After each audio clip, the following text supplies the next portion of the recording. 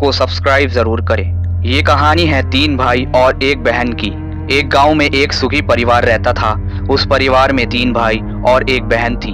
उनके माँ बाप उन चारों से बेहद प्यार करते थे, मगर बीच वाले बेटे से थोड़ा परेशान थे।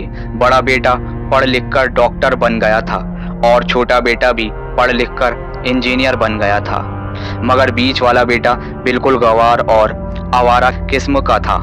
कुछ समय बाद उनके दोनों बेटे डॉक्टर और इंजीनियर ने शादी कर ली और महीनों के बाद ही इनकी बेटी का भी एक अच्छे घराने में विवाह हो गया। मगर बीच वाला बेटा अभी भी कुंवारा ही था। वह अनपढ़ था और कहीं पर मजदूरी का छोटा सा काम करता था। उसको शादी के लिए कोई भी लड़की नहीं मिल रही थी। उसके माँ बाप उससे बहुत परेशान हो चुके थे।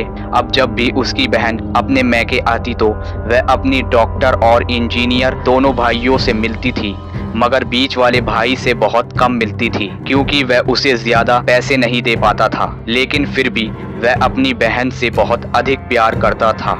कुछ समय बाद उनके पिताजी की बीच वाले बेटे की बिना शादी किए बिना ही मृत्यु हो गई। उनकी मां ने सोचा कहीं अब किसी के मुंह से बंटवारे की बात निकले, इसलिए अपने ही गांव में एक सीधी सादी लड़की से मंझले बेटे की शादी करवा दी।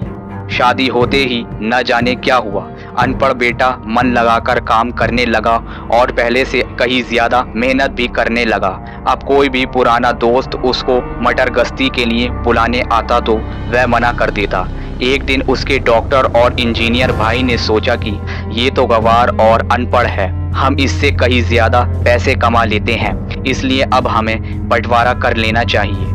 माँ के लाख मना करने के बाद भी दोनों बेटों ने बंटवारे की तारीख तय कर दी और उन्होंने अपनी बहन को भी बुला लिया। तभी उनका गंवार भाई कहता है कि तुम लोग बंटवारा कर लो, मुझे जो बचे वो दे देना या ना देना, मैं शाम को आकर अंगूठा लगा दूंगा। तभी उसकी बहन कहती है, अरे बेवकूफ, तू तो हमेशा बेवकूफ ही रहेगा। जमीन का हिस्सा तो आमने सामने बैठकर होता है। और उसकी माँ भी उसे काम पर जाने से रोकती है। उसी वक्त वकील भी वहाँ आ जाता है और कहता है कि आपका सारा हिस्सा मिलाकर 10 बीघा जमीन और एक मकान है। अब ये बताओ किसको कितना हिस्सा देना है, मैं उसी हिसाब से कागज बना दूंगा। तब गंवार भाई कहता है, वकील साहब 5-5 बीघा जमीन हमारे दोनों भाइयों के नाम लिख दो और ये हमारा घर है, मेरी प्यारी बहन के नाम कर दो। तब दोनों भाई पूछते हैं कि तू अपने हिस्से में क्या लेगा। गंवार भाई कहता है कि मेरे हिस्से में मेरी प्यारी माँ है। वह अपनी पत्नी की तरफ मुस्कुराते हुए कहता है, क्यों, क्या मैंने गलत कहा? उस गंवार और अनपढ़ की पत्नी अपनी सास से लिपट कर कहती है, माँ से बड़ी वसीयत क्या होगी मेरे लिए। उसी वक्त उसका गंवार पति भी अपनी माँ से लिपट जाता है। गंवार बेटे और बहू के प्यार में जमीन जायदाद के बंटवारे को एक सन्नाटे में बदल दिया।